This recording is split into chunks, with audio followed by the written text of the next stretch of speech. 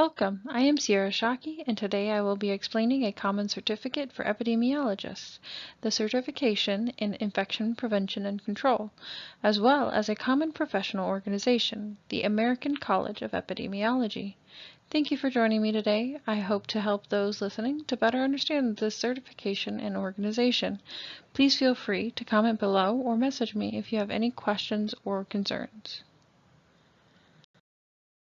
The Certification in Infection Prevention and Control, or the CIC for short, is an important certification in the field of epidemiology.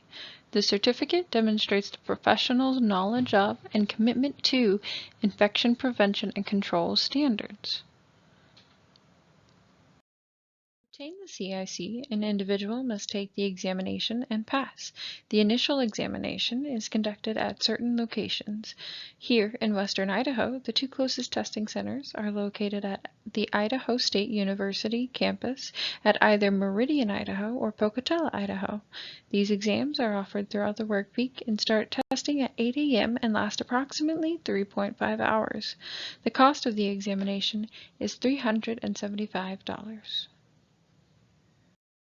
To be eligible to sit for the exam, an individual must currently have a job where they are accountable for infection prevention and control. The individual must also have received a post-secondary educational degree from an accredited university. The alternative for this degree is to have obtained a 3-year diploma registered nurse degree.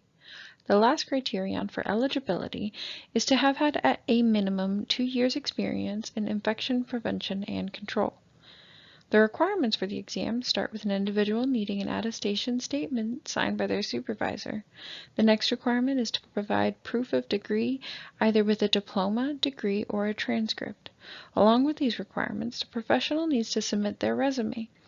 The final requirement is an official job description signed by their supervisor or immediate manager. Once the professional has obtained the CIC, the certificate is valid for 5 years. Currently, recertification is completed through re-examination. The cost is the same as initial at $375.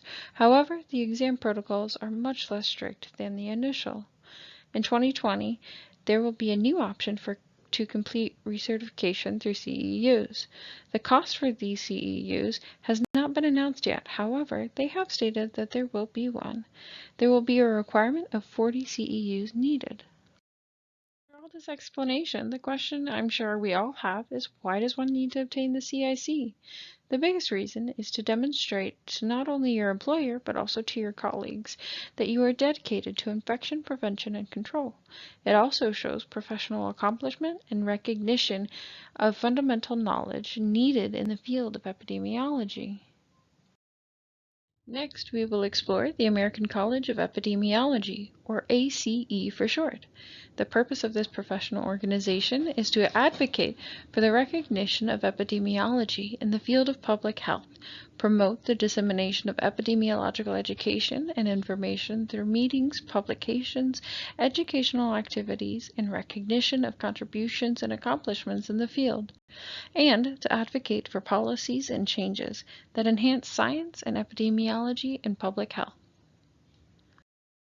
The ACE has many benefits of membership. Some of the most noteworthy are professional development through networking and leadership opportunities, educational development by aid of workshops, and access to publications and listings. But why does all this matter to students who have so much else to worry about? Well, the networking opportunities help to put your name in the minds of those who are looking for new employees to work for them.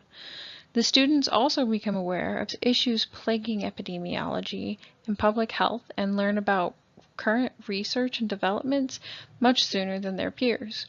Students also receive benefits for attending the annual meeting, such as competing for prizes and awards available to students only.